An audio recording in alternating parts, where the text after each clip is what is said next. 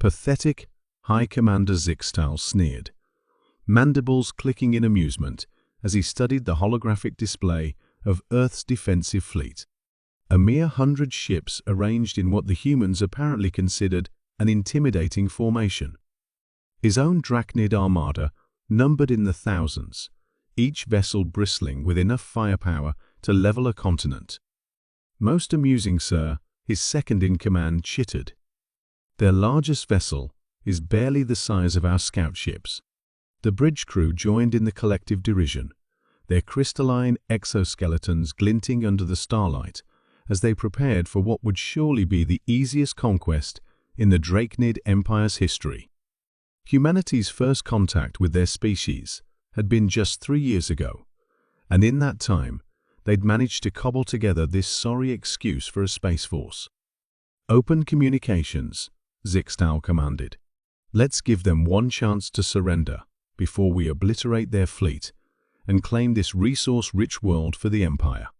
The human admiral who appeared on screen was surprisingly calm for someone facing imminent destruction. Admiral Sarah Chen, her uniform indicated, commander of Earth's Combined Defense Force. "This is your only warning," Zixtal announced.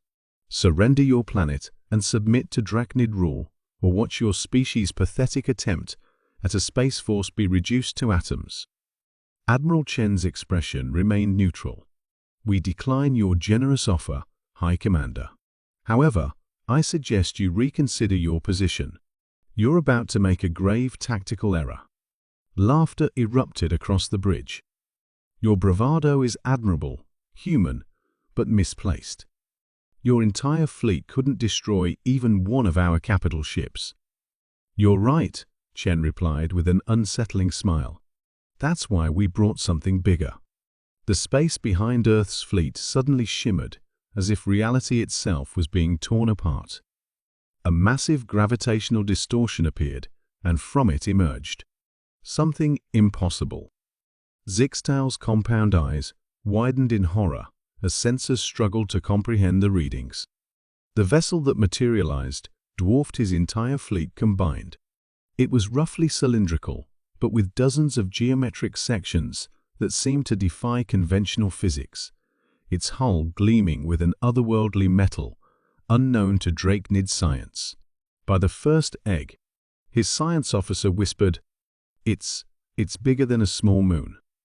"Allow me to introduce humanity's actual flagship," Chen said, her smile growing wider. "The UNSS Humanity's Hope." While we were making first contact and building our pathetic fleet, we were also completing our little surprise. 20 years of secret construction inside a pocket dimension. Using technology we reversed engineered from a crashed alien ship in the 1940s. The massive vessel's sections began to rotate and realign, revealing weapon ports that made the Drachnid fleet's armaments look like children's toys. Exotic energy readings peaked across all spectrums as it powered up. "You see, High Commander," Chen continued, "humans have a saying, hope for the best, prepare for the worst. We hoped peaceful first contact would lead to friendship between our species. But we prepared for war, just in case. And we're very, very good at preparing for war." Zixtal's mandibles trembled as he realized the magnitude of his error. The defensive fleet wasn't meant to stop his armada. It was meant to draw them in close to the real threat. "We're willing to discuss peaceful relations," Chen offered. "But first, you need to understand humanity's position in the galaxy. We're not prey. We're not primitive. And we're certainly not pathetic." The High Commander looked at his fleet, then at the impossible human vessel that had changed everything. His species prided itself on military might, but they also respected strength. And humanity had just demonstrated strength beyond anything in known space.